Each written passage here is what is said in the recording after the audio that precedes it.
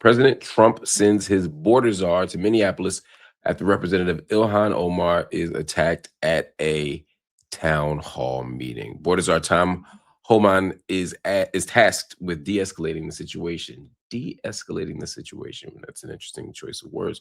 The attack on Representative Omar comes after the execution of Alex Preddy and Renee Good by federal agents in broad daylight.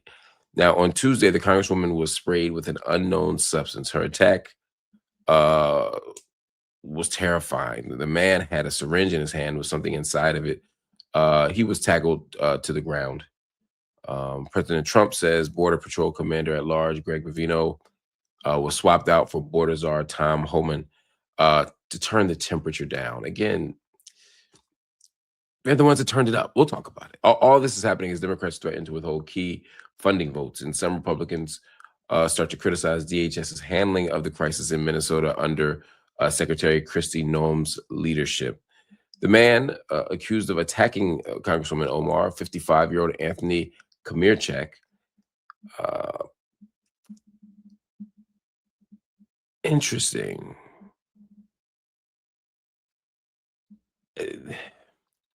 As of now, the Minnesota court records don't show any charging information or attorney information. So I don't know what they're going to do, but they're certainly going to do something. You know, I saw what y'all saw. I'm assuming this person is mentally ill. I'm assuming this person is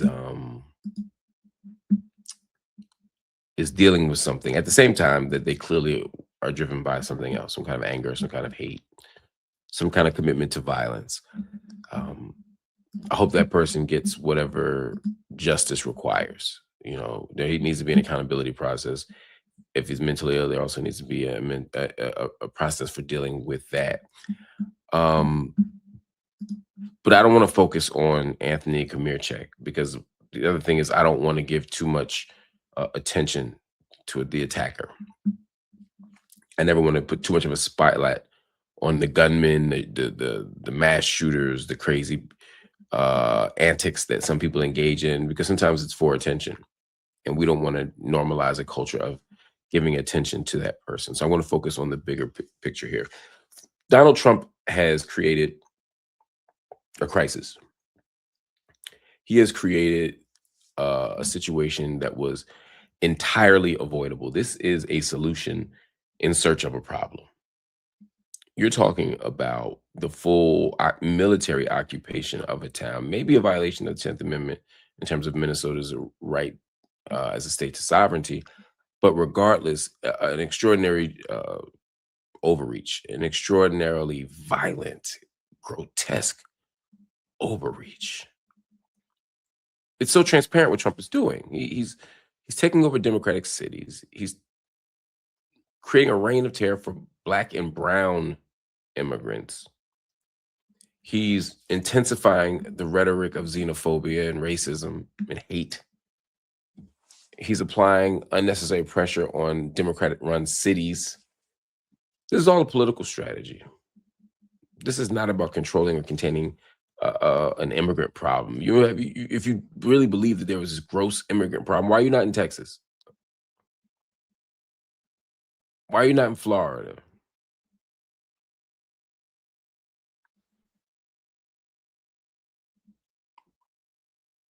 Is Minnesota really ground zero for what you're trying to do?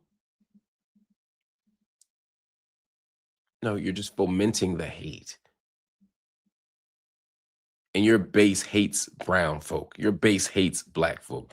Your base hates Somalis in particular. And so if you hate Somalis, Minnesota makes sense.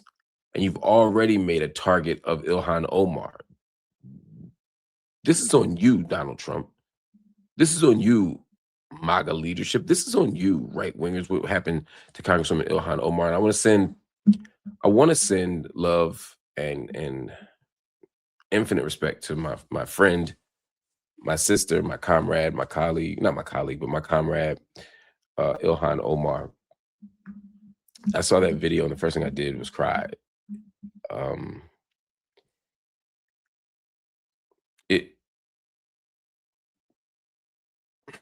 It's just awful to see that happen.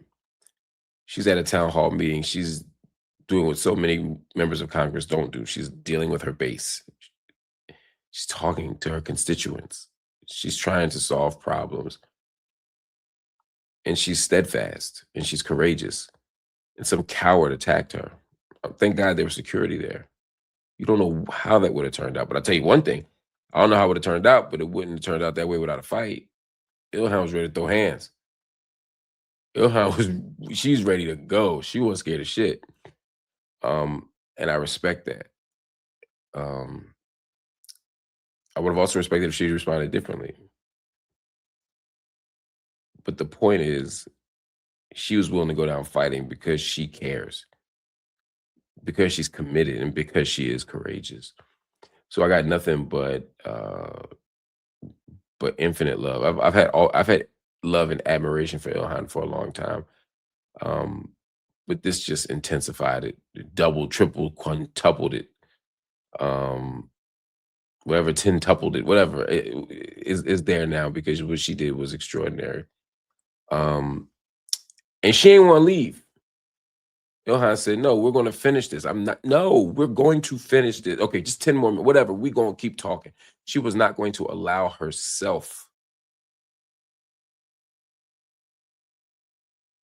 to be pushed off stage, to be pushed out the room, to be intimidated, to be scared.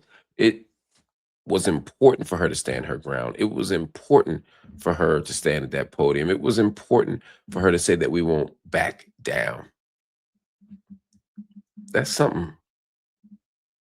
That's something that can't be underestimated or understated, man. Ilhan is a treasure. And what's happening here is god awful. Off Point said these are scary times indeed. Indeed. Nessim said it could have been so bad. Yes. And I'm so grateful. I'm so grateful that it wasn't. Cecilia Charles said, I'm tired, emotionally and mentally exhausted. I want to know when Americans are going to say enough is enough. That's the question.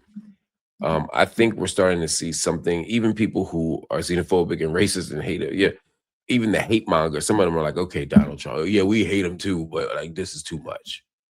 Because what's happening in Minnesota is a powder keg in a room, and something's going to give.